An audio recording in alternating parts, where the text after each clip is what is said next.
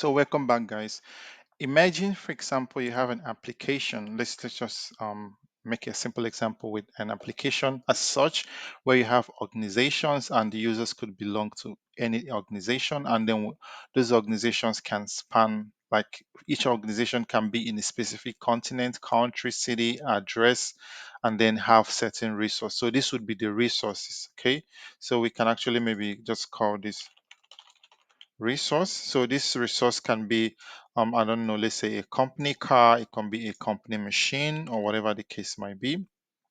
Okay, and then this and there could of course be an innumerable number of these resources. Okay, and then imagine there is a scenario whereby you would like to of course assign certain permissions to certain users in a very easy and understandable way. So basically to regulate what certain user has permission has access to. There are so many ways you can do this. You can use like third-party tools to implement some form of RBAC, like resource-based access policies. There are so many ways you can do this, but I would like to show you a very simple way that you can actually do this, and this would of course traverse permission management. You could use this, for example, to manage, let's say, files and file structures, or let's say if you want to implement your a certain way to, for example, like a file server, you know, or so many other things where you have resources and of course users, in terms of maybe permissions, but not just permissions of stuff, but basically any other thing that you could have or you could define in such a way that they exist within a certain frame of your setup. So I want to show you one simple way we can do this. So we're going to use the tree structure to implement a very simple algorithm in Go on how we can manage this. And the reason is this, I can show you something quite straightforward. So the point of it all is that imagine for this resource here, based on where it is, it can have, it can have a scope attribute that's going to look like this. So it's going to be organization one. So this is going to represent the organization. This will be the continent where it is. This will be the country, and maybe I also add this. So the organization could be Tony Org. So this will be the organization. It will be in Europe.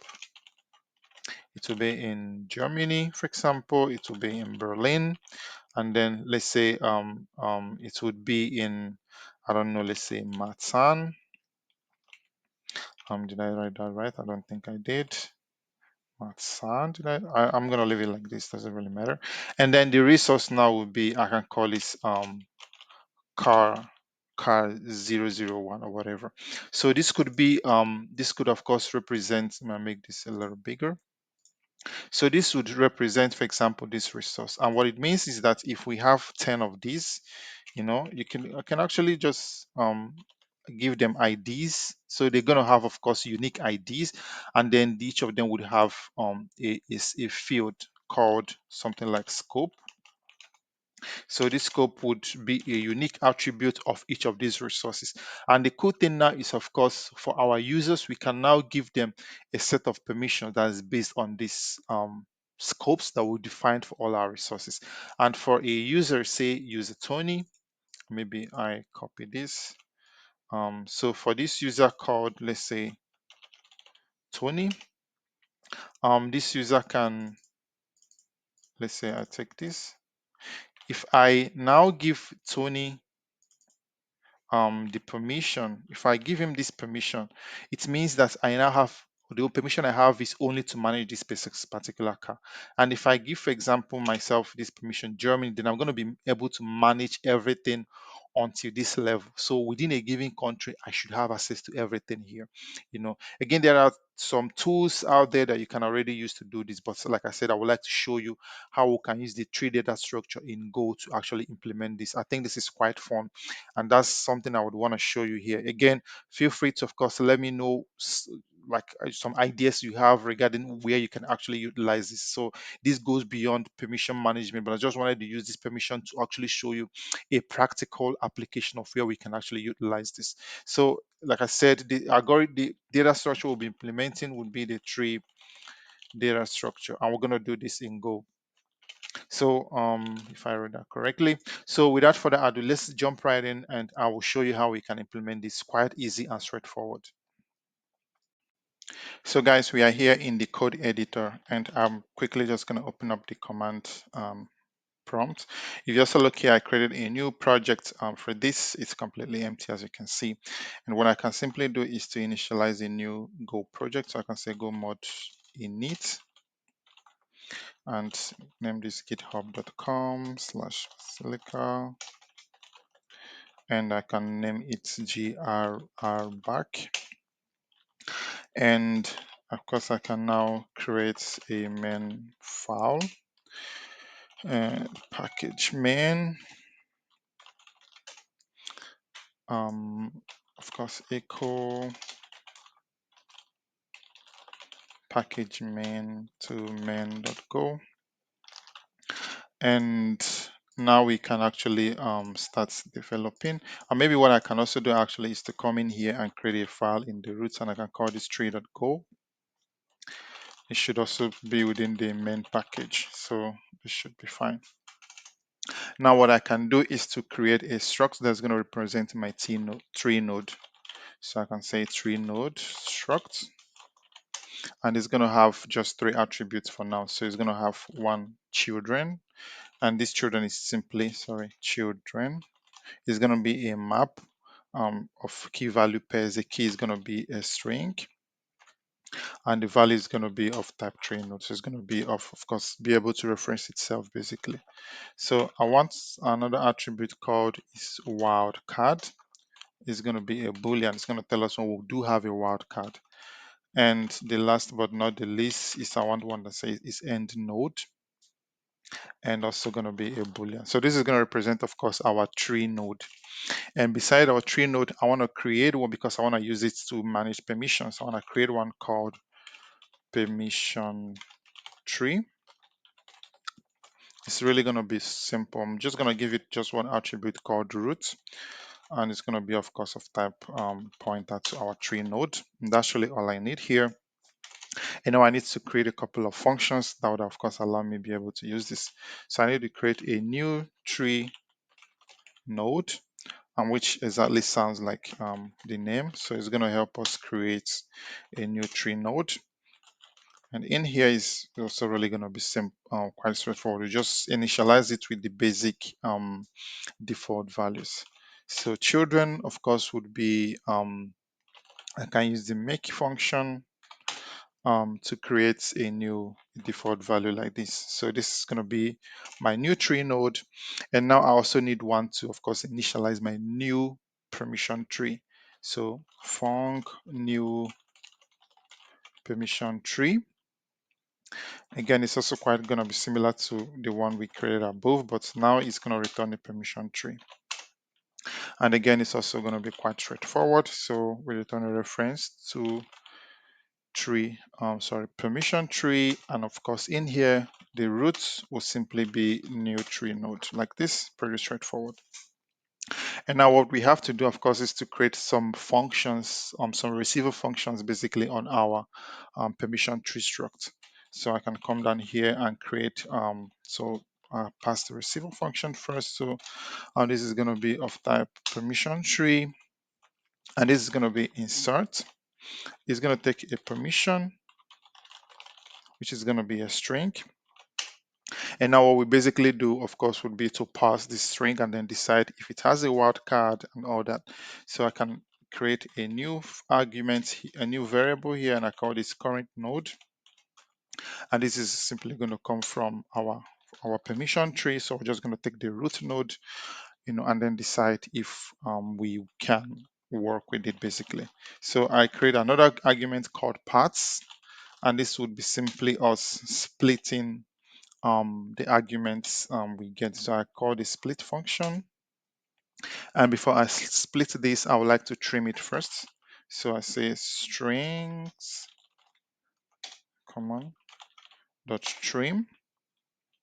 And now I pass permission. And of course, I pass a cut set. So here I'm going to add my forward slash, and in here again I'm splitting by forward slash. So we have our parts.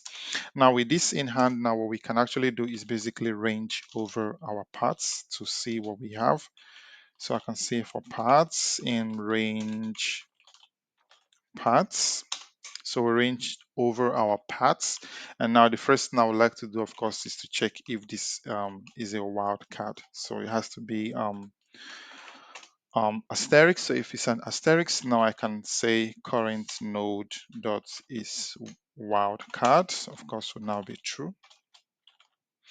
And at this point, I'm basically going to break, because if I have a wildcard, it means in the context of permissions, it means that everything beyond this wildcard, this person should have permission to access them.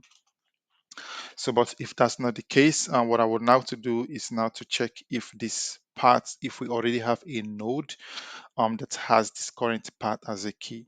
So again, I'm going to check, I'll try to access this, try to access our child, the children of our tree node, to see if we already have a key matching this path.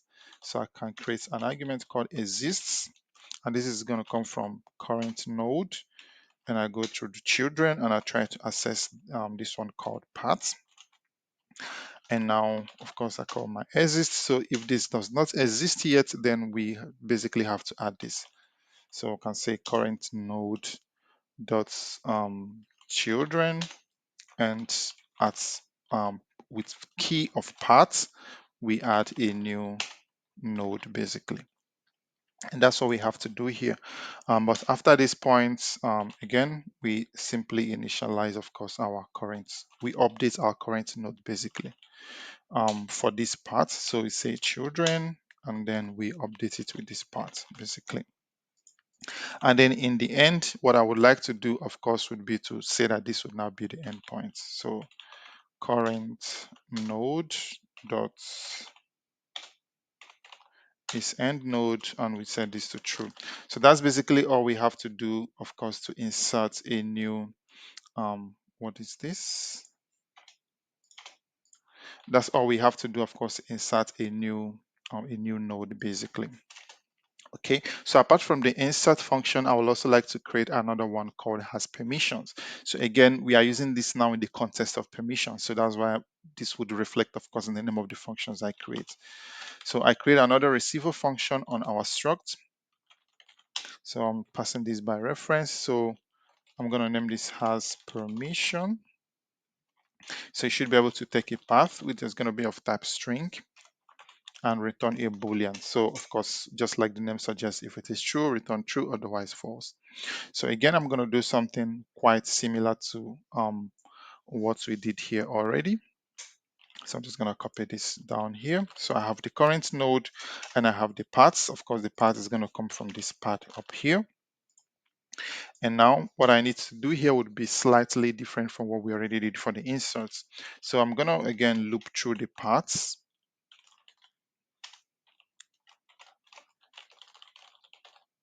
I'm going to range through the paths. And what I would like to do basically, of course, just like we did above, I would try to check if we have a wildcard. So I can say if current node that is wildcard, if this is the case, at this point, I'm going to return true. So it means this when this user, of course, has permission up until this point, I'm going to return true, because again, it means he basically has permission. So now this would be true. But if that's not the case, what I would like to do, of course, now would be to traverse to the next node if it exists. So maybe I also add the comment here, say traverse to the next node if it exists. So I'll try to access this node. So let me see, I say current node dot children, and I try to access, of course, the path, and this is going to give us the value itself, and of course, and a boolean that's going to tell us if that exists. So I'm going to assign those to two arguments, and I put this, of course, in the an if block. So if next node exists, if this is the case, and if this actually does exist, and now we have the next node. So we can set the current node to, of course, the next node. But else, when we've traversed this and not able to find anything, of course, at this point, I'm going to just return false. Okay, so but in the end, if we are able to find, basically what we can now do, of course, is to return, um, can basically just check if we are at the end node. This can already help us to make our decision much faster. So I can now check if this is the case, or if this current node, if we have a wildcard. So that's basically all we have to do to check if, so given a path, would be able to check if the current user, based on their permissions, should be able to access that attribute basically. Okay, and now maybe what we can actually do would be to test things out a little bit. So we can move over to the main.go file and test this out to see what we have for now. So now I'm going to come to the root and create a new file. So this would be models.go. This is where I can define some of the structs that I need. So of course, something that would represent, of course, the user who has certain permissions and things that this user is trying to access. So everything is going to be within the main package. So the first one I would like to create would be a user struct. It's going to be quite straightforward. It's going to have just a few things. It's going to have an ID, which is going to be a string. It's going to have permissions. It's going to be a string slice. And again, I'm going to add my permission tree, which is going to be of pointer to permission tree like this, as simple as this. And now I create another one for the thing that this user will try to access. So I can actually call this thing. It's still going to be a struct, of course. It's going to have an ID, which is going to be a string. And of course, most importantly, it's going to have a field called scope. So this scope is basically going to determine or tell me more or less where this is located. So to give you some context, I could have, let's say, within a given organization one, for example, let's say within southern continent, say Europe, and maybe in Germany, maybe city, add some city Berlin, and then in Berlin they have a plant called plant one, for example. Within this plant, maybe you can even add building. I don't know. You can of course do this whichever way you want to do it. So you can say building one also, and then within this floor building we have a floor called maybe floor one, and then certain room, so room one also. So this could basically tell us where this particular item is located. So we could have different of them within different organizations, different continents, country, city, plant, building, floor, room. Like again, can depending on how you really want to do this, but I think this should be more than enough for the example we want to show. Okay, so this is this is gonna represent the scope. So I'm just, or maybe I'll leave it here, it doesn't really matter. And then in here I'm gonna come here to create a number of helper functions that's gonna help us to be able to do certain things. I need a function called new user. So new user should be able to create a new user for us. So it's gonna take an ID is of string, and of course permissions, which is gonna be a string slice, and it should return a user for us. Okay, so in here it's pretty straightforward. So we create the user. So user, we simply provide, maybe I'm going to pass this, of course, by reference because of what we want to return. And ID, ID would of course be this ID, and permissions would be these permissions. Okay. And now what we can simply do, of course, would be, I can also add, of course, permission tree. Now I can say new permission tree because we already created that function in the past. So now what I can simply do is to loop through the permission that this user has been provided. So we range through the permissions and we can simply say user.permission tree dot insert because we have also created all these permissions, and then we insert this. And that's really all. Now we simply return the user. That's it. Okay, this is how we can create a new user to more or less initialize all of this. And now I need to also create another function that's going to be able to tell us if a user has certain permissions to access certain things. So I'm going to call this get user accessible things. It's pretty long name, but that's also fine. So it's going to take a pointer to a user, and it's going to take an array of things. So I'm going to pass this, of course, as a slice. So it's going to represent my things, and in the end, it should return. I'm not going to say maybe a boolean, for example, or no, it's going to just return a list for me. So again, a slice of things. So what we can do here is I'm going to create a new variable called accessible things. This is going to hold what we get to return to the user in the end. And now what I simply do is loop through my things,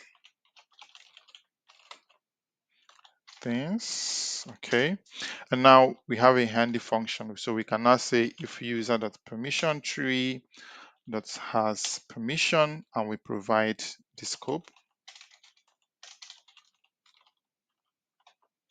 provide the scope from a given thing. So if it does has permission, now what we simply do, of course, is to append this so this of course would be 10. So this will also be 10. So we simply append this to this argument that we have over here. And the end, we simply return this. That's really all we want to do. Okay, so now I can now actually test things out. So I create a main function, and in here I'm going to create a user. It's going to be pretty straightforward. So the ID is going to be a string. You already know. So I call it, this should be the ID. And now permissions. Again, it should be a slice of strings. So in here, I'm going to add permissions like this one I copied from this page. So I'm going to dump this in here. Add another permission, put this in room 2. Add another permission for room 3. So these are the user permissions basically. And of course, now I need to provide the things. Or maybe I can make it interesting. So it's going to have permission for Germany. Maybe for this, I'm going to make this Munich to make it interesting. And then maybe for this one, I'm going to leave it to get to building 1, something like this. And now things, again, should be a slice of things. So slice thing. And then in here, I can just inline all of those. So provide an ID, then ID 1. Now I should have a scope. So it's going to be in full room 1. I'm just going to copy this whole thing now, okay? And paste it a couple of times. So, but I now need to just change the ID. So this would be 2, this would be 3. Also here, we'll play around with this, of course, to actually see how it behaves in the end. So with all of this now set, I can create my auth user. So this would, I will use the handy function we created up there called new user. So I simply pass the user dot ID and user dot permissions. So of course, this user can have more attributes. So that's why I'm not passing the whole thing. I'm only passing what I need. In case you're wondering why I'm passing the ID and permission separately. Okay, so now I have my accessible, I can call this like this, accessible things. Accessible things will not be, we'll use this handy function to pass our auth user and things. And now we can simply print this, print f, and say they are accessible things. I can add %plot v for formatting, and then put this, of course, in the new line. And now I pass my accessible things. So that's basically it. Now you can test this out to see actually if it behaves the way we expect. So to test things out, I'm just going to go to the terminal here, and now I can do something quite straightforward. I can simply say maybe go build, and the output file, I'm going to call it grback.executable because I'm on Windows, and I'm just going to go ahead and call this so grback.exe, and let's see what we get in the end. So we are able to match this one. But of course, if you look at it, you would be a little bit confused because this is supposed to, of course, all of these are within Germany and they should have matched all of this. But of course, the point is that in our implementation, we are basically considering wildcards. And for those, we're actually using this asterisk. So if I wanted to match everything, of course, I simply just update this in my permissions and then run this one more time. And now this should be able to, let's give it a few seconds. I don't know why it's taking so long. So now it matches everything, as you can already see. In fact, we can now actually remove all these other permissions, save, and run this one more time. And of course, this should still be able to match everything because, again, if you remember, this starts all of them. And again, we can even say Berlin and run this, and it should still match everything basically. But if we should now, let's say, change this one to Munich, and now we're no longer be able to match this particular one. So now we say we now get back just two things, the ones that have Berlin, this one and this second one.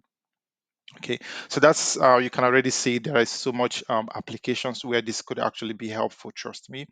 But one thing I would like to do at this point, maybe I'll just collapse this, is what if I wanted to have a query in the end? I would like to build out a query and that I can actually then forward maybe to my DB and then use it. Of course, that's also pretty straightforward, and that's also one thing I would like to show you next. So I'm going to come over to our tree.go, and I need to create two functions. There's also going to be receiver function. So the one, of course, will go to our permission tree. And I'm just going to call this build permission query. That's also a quite long name, but that's also fine. And it should be able to return a string. So what I would like to do, of course, is to create an argument called conditions. Is going to be a string slice. And now what I need to do is to return the user is to join all of this together in like a where clause.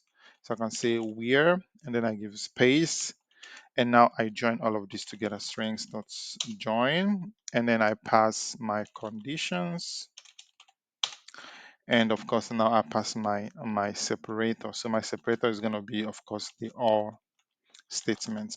So but before I want to, for me to go from here to here, I would again create another function, and I'm going to call this, it's still going to be a receiver function on my permission tree, and I'm going to call this traverse. Maybe I make it, I don't need to export this. I make it I call this traverse tree. So I start with a small letter. So it should take a node, which should be of a, it should be a pointer to a tree node. It should take a path, which should be a string, and then it should take conditions, which should be a pointer to a string slice. The reason I'm passing it like this is that I would like to recursively call this function. Okay, so the first thing I would like to do here is to check if any node is provided at all. So if this node is nil, because I'm gonna call this recursively, I'm simply going to return. Okay, the next thing I would like to do is to check if this node is a wildcard. So I can say if node is wildcard, and if that's the case, I'm going to update my conditions. So my conditions would now be append. I'll append my conditions, and I'll use print f. And in here, I'm just going to add use the scope like you would in regular SQL query. And then in here, I would of course now provide a string. So, and I close that up. And now here, I just provide the path. So if this is the case, I append this, and of course, I return. But if again, what the next thing I would like to do is to check if this node is the end node. Okay, so if it is the end node, again, I'm going to update my conditions. So, and here I'm also going to do something similar. And the only difference, of course, would be in the formatting of the string. So we are scope like, and now again here I simply just pass the string, because if it is the end node, then I don't expect any other path to come afterwards. Okay, so I simply so of course I need to pass the argument here. So again, path. And if that's not the case, now I would like to loop through the nodes. So I can say child node, and now I basically range over my node dot child children basically. So for each of these, what I will need to do is to create a new path. I call this create a new argument. I call this new path, and it's simply going to be path plus I add my forward slash, and I add the part that I have gotten out of this, of course. And now what I can simply do is to call the function to call itself. So again, here is pretty straightforward. I pass the child node, and now I pass new path, and of course the conditions. So that was why I actually needed to call this function added. I use pointer more or less in the definitions. So in here I can now simply say t dot traverse tree, and I simply pass my root node, and then of course I start with an empty string, and now of course I pass my conditions. And that's really all I need to do here actually. So now what I can do is to come to the main function in here, and we print this query to see what we get. So I create an argument again called query, and I can go through my auth user dot permission tree dot build permission query. And now we can actually print this out to see. I say the query, whatever. And now I simply pass the query.